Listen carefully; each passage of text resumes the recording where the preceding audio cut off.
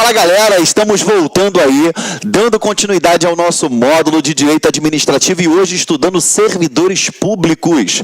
Vamos cair dentro? Olha só, vamos para o nosso terceiro bloco. A gente parou na aula passada nesse tópico falando a respeito da exigência de concurso público, perfeito? Então vamos lá. Exigência de concurso público. A investidura em cargo ou emprego público depende de aprovação prévia em concurso público de provas ou provas e títulos de acordo com a natureza e complexidade do cargo ou emprego na forma prevista em lei, ressalvadas as nomeações para o cargo em comissão, declarada em lei de livre nomeação e livre exoneração. Esse é o artigo 37, inciso 2 da Constituição Federal. O que a gente tem que ter atenção? Geraldo, eu já cansei de ouvir falar isso, não tem problema. Mas você tem que prestar atenção numa coisa.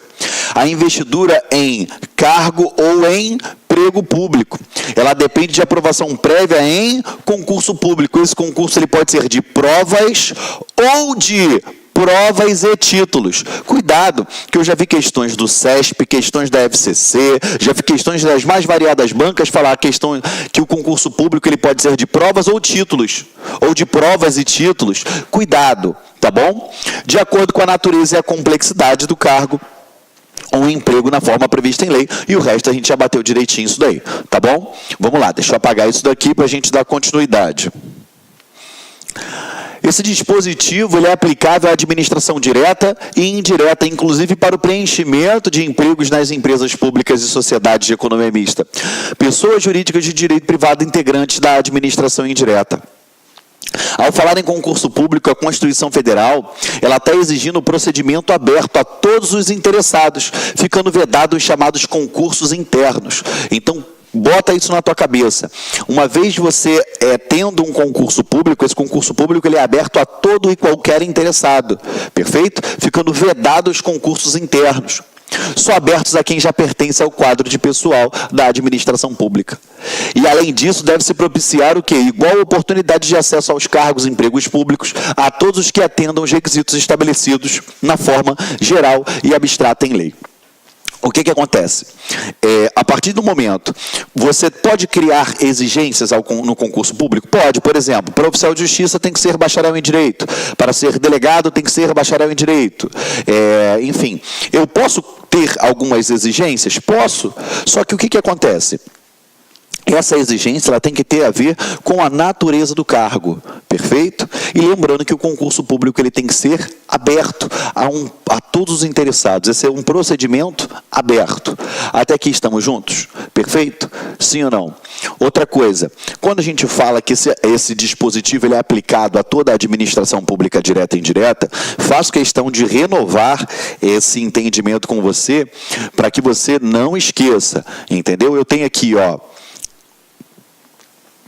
administração direta, beleza? Aqui eu tenho quem, gente? Ó, União, Estados, Distrito Federal, municípios. Beleza? Administração indireta. Esse nome indireta é porque a administração pública, ela quer prestar aquele serviço, mas não diretamente, ela vai fazer isso através de outras pessoas, por isso que o nome é indireta, entendeu? Através de outras pessoas. E quem seria a administração indireta? Nós temos aqui, ó, autarquias, eu tenho as empresas públicas, as sociedades de economia mista, e eu tenho as fundações públicas. Tá? Que podem ser direito público ou direito privado, que vocês já sabem disso, tá bom? Então, quando ele fala que se aplica tanto a direta quanto a indireta, é a todo mundo. Falou em administração pública, tem que fazer concurso público, perfeito? Estamos juntos? Tá? Vamos lá. Então, a gente não pode dar mole com relação a isso aí. Sempre prestando atenção nos detalhes, tá bom? Agora, a gente tem que ter cuidado com algumas exceções, tá? Vamos lá. Ó, para os cargos em comissão e para a contratação por tempo determinado, ou seja, contratos temporários, para atender necessidade temporária de excepcional interesse público, dispensa-se o concurso público. Também a nomeação dos membros dos tribunais não necessita ser precedida de concurso público. Olha só, o que eu quero que você entenda? O cargo em comissão ele é de livre nomeação e livre exoneração, ele é ad nutum. se eu tenho um temporário, eu não vou ter um concurso público. Eu já falei para vocês em aula passada que se for emergencial eu contrato direto, se não for emergencial eu faço um processo seletivo simplificado, beleza? Que não se confunde com um concurso público. Quando ele fala membros dos tribunais, ele está falando, por exemplo, quando ele está falando lá dos ministros do Supremo, você imagina, ele fez concurso público? Não. Ele vai ser nomeado lá para aquele cargo, mas não vai ser por concurso público, entende? Então eu tenho certas exceções, tá bom? Aqui, ó. Importante perceber que o concurso público ele deverá ser de provas ou de provas e títulos e ficando assim proibida a realização de contratações para cargo ou empregos efetivos com base na análise exclusiva de títulos ou currículo ou qualquer outro procedimento que não inclua a realização de provas. Olha só. Eu posso ter um concurso só de provas? Posso.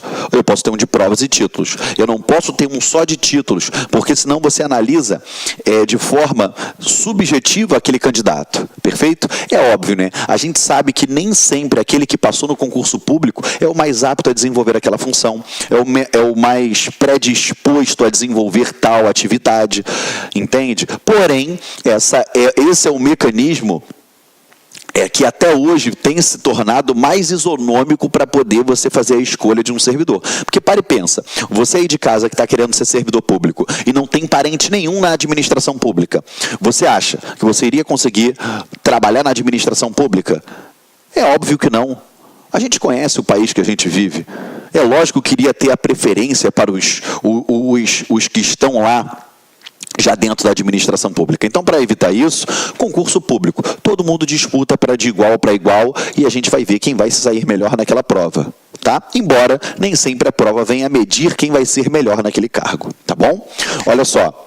Segundo a súmula 686 do STF, só por lei se pode sujeitar a exame psicotécnico a habilitação de candidato a cargo público. O que acontece?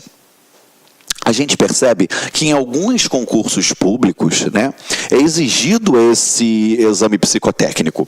Por exemplo, você vê isso no concurso da Polícia Federal, você vê no concurso das polícias militares, das polícias civis, você vê nos concursos para as Forças Armadas.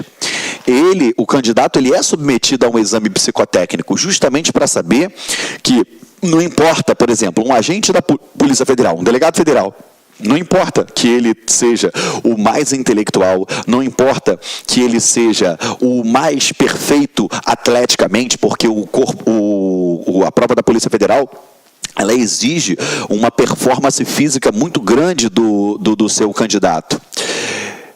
Se esse cara for extremamente agressivo, se esse cara ele tiver uma agressividade e não conseguir controlar essa agressividade, ou se esse cara ele for muito apático, tudo isso vai ser analisado. Então vai ser analisado o perfil psicotécnico daquele candidato para saber se ele se enquadra nas atribuições que ele vai desenvolver naquele cargo.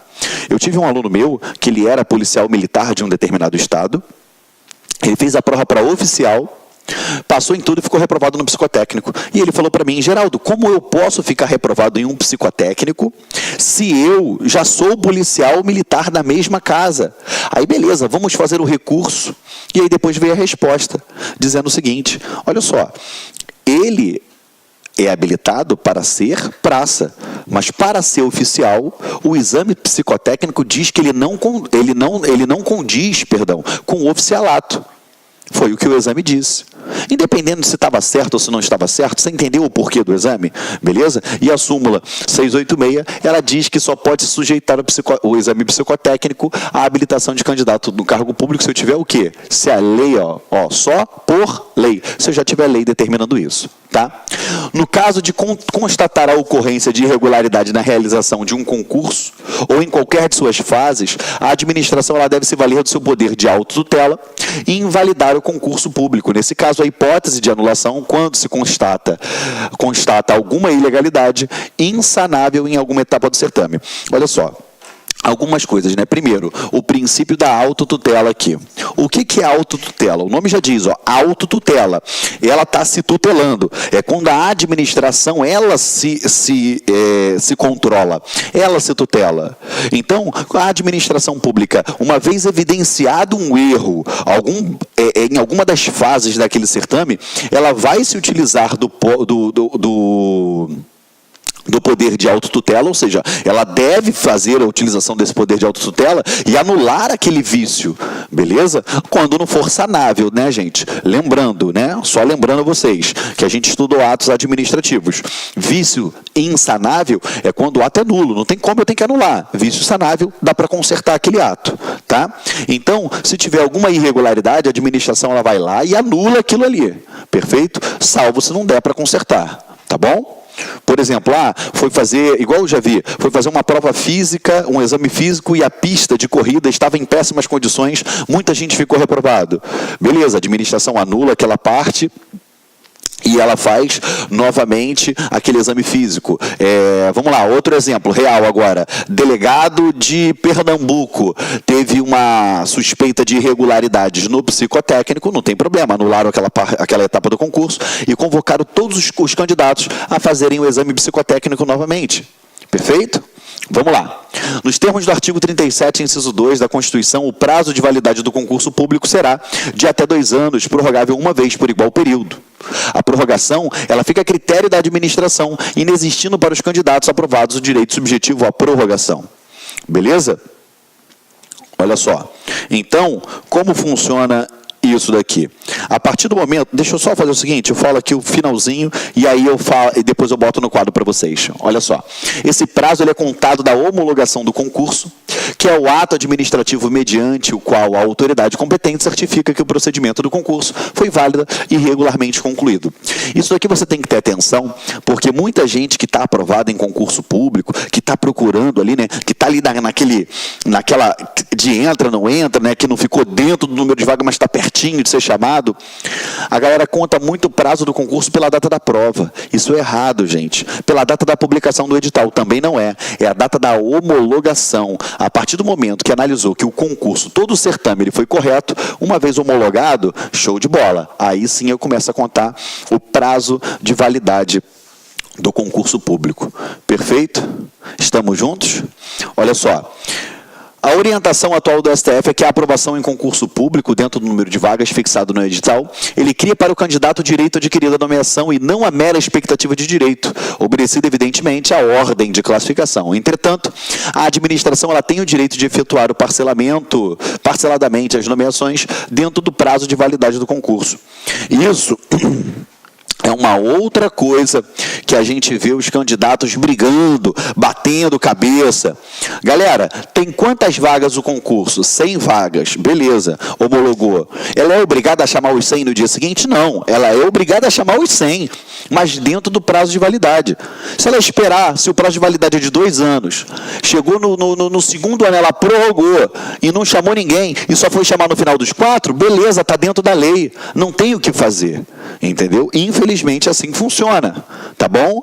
Então, cuidado, tá? Não é o fato de ter sido aprovado dentro do número de vagas que vai ser chamado de imediato, tá? Tem que ser chamado, tem, dentro do número de vagas, mas dentro do prazo de validade do concurso público. Eu vou fazer um esqueminha de desenho aqui e depois vocês vão entender isso, tá?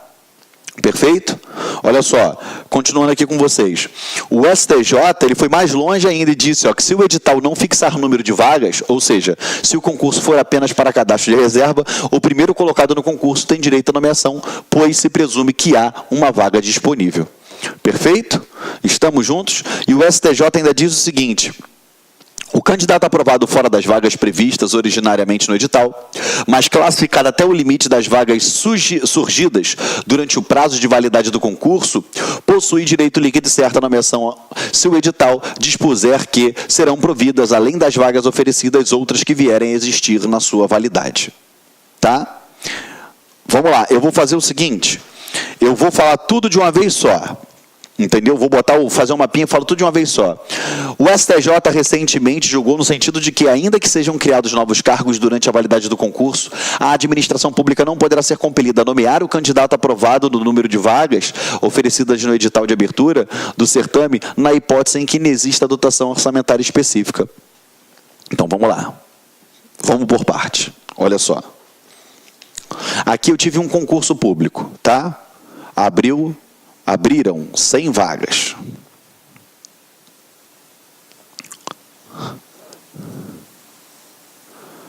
Aí aqui eu tenho o primeiro, o segundo, o terceiro, quarto, quinto, sexto, sétimo e o 100º. Tá? Aqui eu tenho o 101, o 102, 103, 120. O que a gente tem que se ligar nisso, galera? Olha só.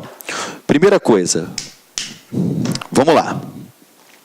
Vamos falar aqui do prazo de validade, tá? Ó, a validade. O prazo de validade não é de 2 anos prorrogável por igual período, não. O prazo de validade é de até 2 anos. Beleza?